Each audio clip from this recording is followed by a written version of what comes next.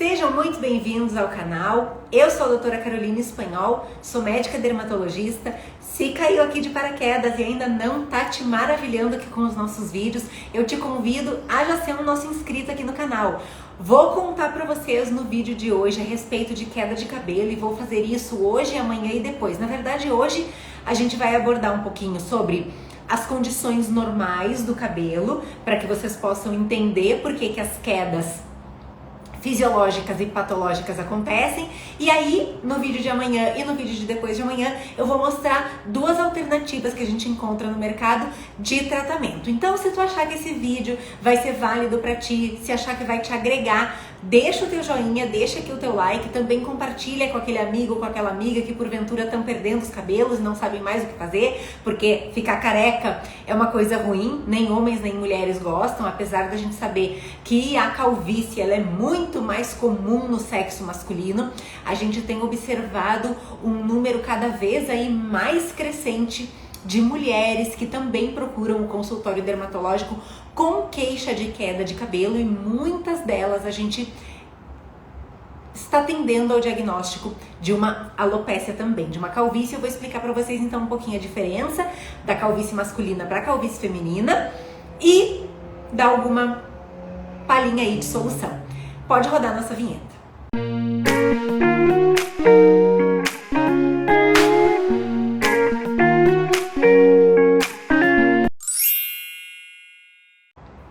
Então, gente, eu vou falar um pouquinho aqui pra vocês como que funciona o nosso cabelo fisiologicamente, ou seja, normalmente é o que acontece com todo mundo. O nosso cabelo, ele passa por três fases. A primeira fase do nosso cabelo é o que a gente chama de fase anágena, que é a fase de crescimento do fio. Essa fase, ela tem um tempo determinado pela nossa genética e ela pode variar de 2 a 7 anos mais ou menos. Então eu costumo dizer que cabelo comprido é para quem pode, não é para quem quer, porque quem nasceu geneticamente com uma fase anágena curtinha, o cabelo vai crescer por 2 anos, por exemplo, e vai cair. Como o cabelo da gente, a gente sabe que ele cresce numa velocidade ali de cerca de 1 centímetro ao mês, se a pessoa tiver uma fase anágena encurtada, o cabelo dela vai ter no máximo 24 centímetros, porque vai crescer por 2 anos, e aí ele vai entrar na fase catágena, que é a fase de pausa, e depois ele vai cair. Ao contrário, quando a pessoa tem uma fase anágena longa, ou seja, ali de 7 anos, se a gente colocar aí que o cabelo cresce cerca de 12 centímetros ao ano, se a gente nunca cortar o cabelo, ao longo de 7 anos a pessoa vai ter 84 centímetros de cabelo, certo? Então vai ser um cabelão longo. Depois dessa fase anágena, que é determinado pela genética, por isso que eu falo pra vocês que não existe milagre, não existe shampoo que faz crescer o cabelo mais rápido. Não tem. Se alguém prometer isso pra vocês, foge, porque isso é geneticamente determinado, é igual a cor do nosso olho. Nasci com olhos castanhos, por mais que eu queira ter olho verde ou azul, não terei, porque já nasci assim. Com o cabelo é a mesma coisa, mesmo que eu queira ter um cabelo com uma fase anágena ampliada, não dá geneticamente falando. Vou contar depois de alguns remédios que ampliam sim a fase anágena, mas não é milagre, é tratamento, beleza? Depois dessa fase anágena, então, o nosso cabelo sai da fase anágena e passa por uma fase curtinha, de cerca de 2 semanas, que a gente chama isso de fase catágena, fase de estagnação. Então, a gente passa pela fase de crescimento, fase de estagnação, e depois disso, fisiologicamente, o cabelo entra na fase telógena, que é a fase de queda. Ou seja, o nosso cabelo, ele vai cair, ele foi feito para cair, ele tem essa programação. Quando um fio entrou na fase telógena, essa queda do cabelo, ela costuma acontecer 3 meses após o início da fase telógena. Então, o cabelo ciclou, saiu da fase anágena, passou pela catágena, entrou na telógena, 3 meses depois, ele desprende da nossa raiz e ele cai. Por que eu contei toda essa historinha pra vocês? Porque existem algumas doenças que vão fazer com que o cabelo da gente cicle errado. Ah, mas antes de eu contar isso, deixa eu falar um pouquinho da fase telógena. Beleza, o cabelo caiu da raiz. Nas pessoas que não vão ficar careca, aquele fio que caiu, outro fio já vai estar apontando ali para nascer, para iniciar todo o processo de novo. Então, um novo fio também entra na fase anágena. cresce o tempo que ele tem que crescer de fase anágena, entra na catágena e cai.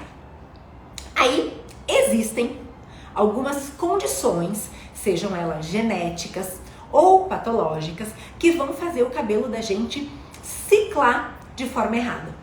Por exemplo, vou dar alguns exemplos aqui para vocês. Um paciente que faz uma quimioterapia, ele vai encurtar a fase anágena, por isso que a pessoa que faz a quimio normalmente fica careca, porque o cabelo dela cicla, ele sai da fase anágena, a fase anágena dele encurta e ele entra precocemente numa fase telógena, e aí o fio cai.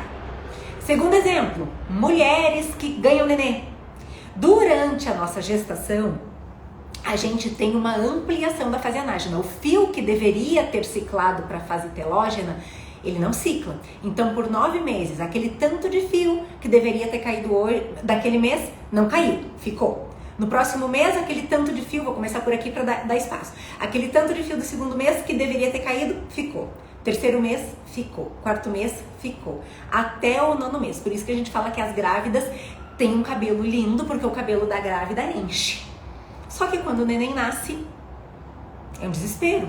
A gente chama isso de eflúvio telógeno, o cabelo cai, porque tudo aquilo que deveria ter caído parcelado em 9 meses, cai à vista cerca de 3 meses depois que o bebezinho nasce, e isso pode durar até 1 ano. É tão normal e é tão natural isso que a gente quase nem considera isso uma queda patológica. É tão fisiológico, é tão normal, que a gente considera isso normal. Outra coisa que faz o cabelinho cair, que tá super comum, Covid. As mulheres tiveram Covid, cerca de 3 meses após, que é o tempo que o fio leva para desprender do couro cabeludo depois da injúria, o fio começa a cair. Para esses casos, gente, é muito difícil a gente conseguir tratar a queda de cabelo, porque o fio ele já ciclou, então a gente não tem como interromper a queda do cabelo, ele ciclou errado, então ele vai cair. O que a gente consegue com o medicamento é transformar o tempo dessa ciclagem. E aí existem algumas medicações, e eu vou contar sobre elas para vocês nos próximos vídeos, que conseguem ampliar a fase anágena e aí nos ajudam no tratamento da calvície, principalmente aquela de cunho androgenético. Então a gente chama a calvície masculina de alopécia androgenética e a gente chama a calvície feminina de alopécia de padrão feminino. Elas têm nomes diferentes, mas elas acontecem da mesma forma, do mesmo jeito e do mesmo gênero. Muda o jeito, ó. Essa fotinho aqui, por exemplo, é o jeito que a calvície, é uma classificação isso, e é o jeito que a calvície masculina tende a acontecer. Já aqui, vocês estão vendo como que a calvície feminina tende a acontecer. Muda um pouco o jeito que o cabelo cai. A mulher, a gente costuma enxergar o couro cabeludo, não fica aquela coroa. A gente enxerga uma rarefação, parece que o cabelo vai ficando ralinho. No homem não, a gente enxerga as entradas, aquela coroa aqui atrás. Mas a causa da genética, ela é igual. Por isso que a gente pode utilizar lança-mão do mesmo tratamento, da mesma medicação, quando a gente aborda a alopécia de padrão feminino e quando a gente aborda a alopécia androgenética, mulheres e homens. Certo, pessoal? Então, mais ou menos e de grosso modo a gente falando, é assim que o cabelinho da gente se comporta.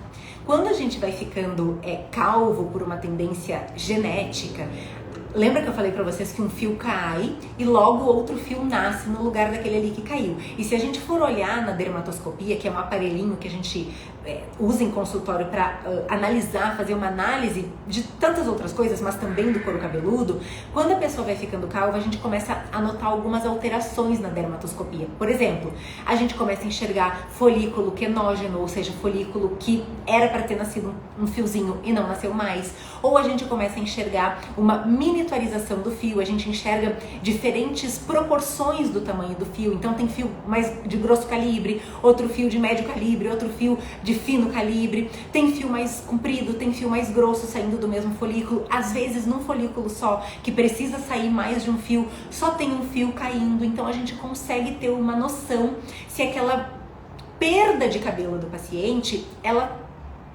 tem ou não um cunho genético. Naquelas primeiros exemplos que eu dei pra vocês, por exemplo, uma perda de cabelo pela quimioterapia, isso a gente não chama de alopécia cicatricial, porque o cabelinho ele volta a nascer. Existem algumas outras doenças que fazem uma alopecia cicatricial.